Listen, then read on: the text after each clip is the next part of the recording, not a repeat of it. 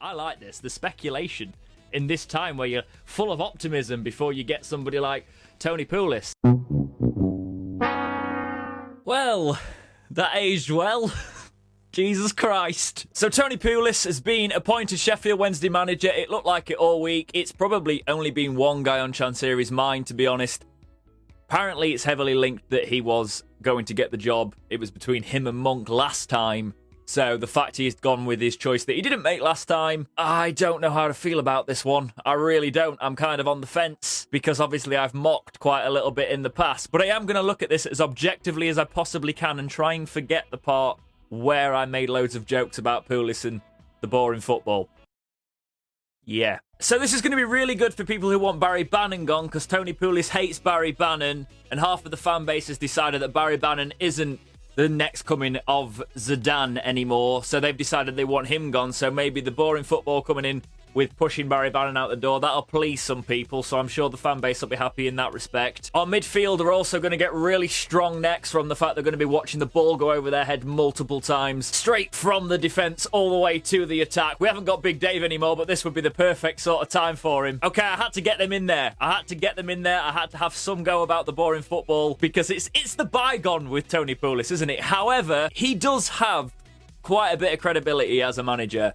And in our situation, probably the best we could ask for, let's be honest. My personal choice would have been Wagner. Go for somebody who has recently got promoted out of this league. And yes, let's forget the Germany sort of stint he's had recently. Let's look at what he did with Huddersfield. I thought that would have been a good one for us. His ambitions are probably set a little bit higher at the minute. He wants to manage top flight. But I hope he was at least one of the ones considered because I think given our situation, he would have been a good fit for it. Pulis, though, I was talking about needing a nasty style of football to get us out of a relegation scrap, and then the points deduction got halved, so that wasn't as essential anymore, but still we are kind of in a fight for our life. So I guess we need somebody who can bring that nasty streak in and get the best out of what is on paper quite a strong championship side. And do you know, looking at it like that, Pulis is probably the guy to do that. Now, I was joking a little bit about the Barry Bannon thing. Obviously, Barry Bannon is a much older player.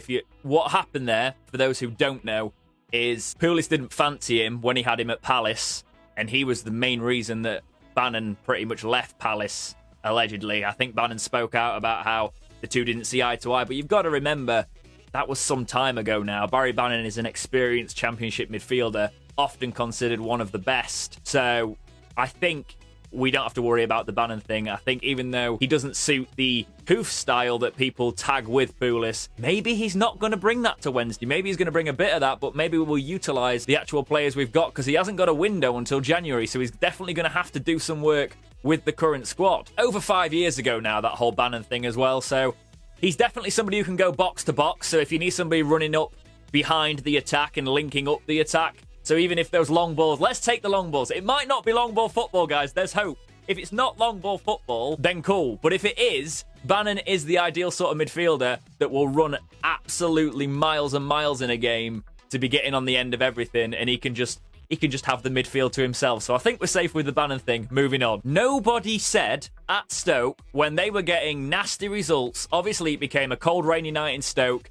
It became a bit of a meme and folklore in English football. The Pulis' sides, they became hard to beat, but the teams weren't complaining at the time when they were getting 1-0 results, scrappy results, and the results were key, and that is what Sheffield Wednesday need at the minute. They need results, and if Pulis can get them, fair play, man. Come in, do it, nasty football. We're not even in the grounds at the minute. We need to stay up. I'll take it if he gets results for us. Fickle football fans, that's the way it goes. I think a lot of people are concerned about the Middlesbrough performance. If I'm right in saying, might be slightly wrong here, but I think there was a playoff season and 7th. So, not the most ideal thing when you think the money Middlesbrough had to throw at it, but it is up there. So, he's not actually had the worst time of it, but he was back there. So, I can see why there is some concern creeping in from that Middlesbrough stint. We'll just have to see how it goes. You know, the more and more I look at his career, if you look at the longevity at clubs, if you look at the leagues he's managed in, he's actually had more time in the Prem than Sheffield Wednesday, Jesus Christ. But, like, he could genuinely be one of those hidden gems for us. I know we're all not wanting that style of football, but the situation we're in, it does reek of beggars can't be choosers, and Tony Pulis is actually probably an ideal person for the job. If you look at his CV, I'm looking at it more and more as this video goes on, and I'm feeling better about this already. I'm making myself feel better, hoping I'm making yourselves feel better, because I know there's half of this fan base that are going to be absolutely livid with this as well. As I try to do when breaking news like this happens, I asked what you guys on Twitter thought. Sam Waller said, not sure, just hope he doesn't get rid of Barry. Because obviously I mentioned a little bit earlier about the Barry thing. We've got Niall Baggett saying, boring football, but wins games. Don't think I can put it much simpler. And that is the crux of it. Boring football, results. Been crying out for results all season. We literally lost to Luton, Rotherham, and Wickham all in 1 week under Garry Monk's football that I actually quite like watching. Not the losses, but the actual football, especially when we won at Cardiff and things like that. The way the back three works, the way he actually had the idea to play was really good under Monk. The execution didn't always work because we didn't have a natural goal scorer. You know, we didn't have that 20-goal-a-season striker that can kind of paper over the cracks when the rest of the team aren't quite firing. So we needed that nasty style of manager to come in and be like, you know what? No, we're going to drag these results out. We're not going to have this flowing football all the time. Honestly, I do hope Pulis tries a little bit of that. I hope he does utilise what he's got there, because we've got some technical players, but he is also going to have to drag results out. I swear to God, he is going to be angry that the club does not have Achinuyu anymore. It's his player. It's his style of play. We might re-sign him in January, lads. This could be on. A fun thing to do with new managers that come in is to have a look at their win percentages. So his first stint at Stoke, 35%, fairly solid. Plymouth, 30%. Return to Stoke, 36%. That was obviously the much bigger run, and the run that he is sort of loved for by Stoke fans even to this day. Crystal Palace, 41%. Very good, that, actually. A very good win percentage there at Palace.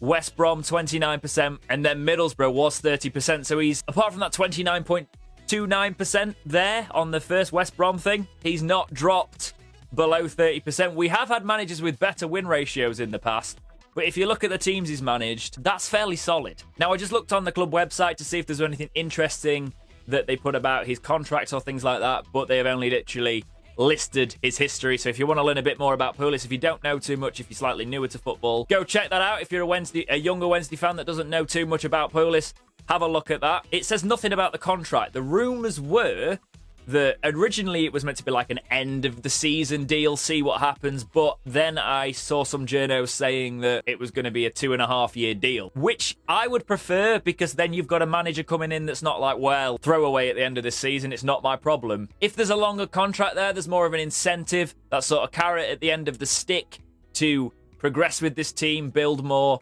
And, you know, I think a longer-term deal would be better, but it's not actually been confirmed by the club. I'm sure by the time this video's out, we'll actually know for definite what the contract details are. I can see a lot of West Brom fans sending the commiserations to Sheffield Wednesday at the minute, so they're clearly loving Pulis. Oh, God, are we in for something here? Please let me know, Baggies fans, in the comments. What do you feel about Tony Pulis? I might regret that one, but this could be interesting. We needed a new manager. Monk wasn't working. I rated him to an extent, but it was time for a change. I did agree with Chansiri, especially after these results and the situation we find ourselves in.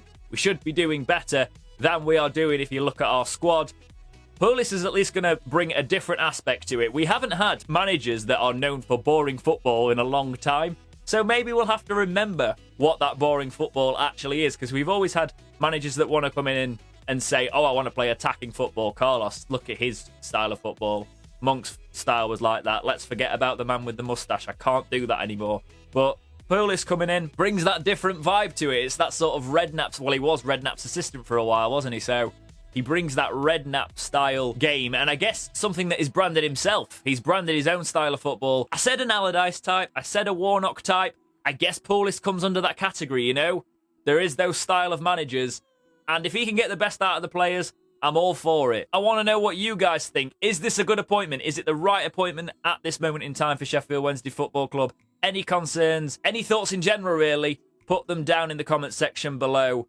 And if we've got enough to talk about, I will bring another video about it in the future. Just thought I'd react to this initial appointment because, let's be honest, I made jokes about Pulis coming to Wednesday and please don't let it happen, and now it's happened. But That's just the way this channel seems to be going. I am hopeful for the future, though. I know a lot of Wednesday fans now, with the points reduction being halved and us seeming close to the pack, a lot of championship teams are underperforming this season. It's almost as if we can push for something if we can put a run together, and maybe this season isn't a complete write-off. Will Pulis be the man to deliver that style of season? We'll have to wait and see. But for now, guys, as always, thank you so much for watching. Please like, subscribe, do all those things.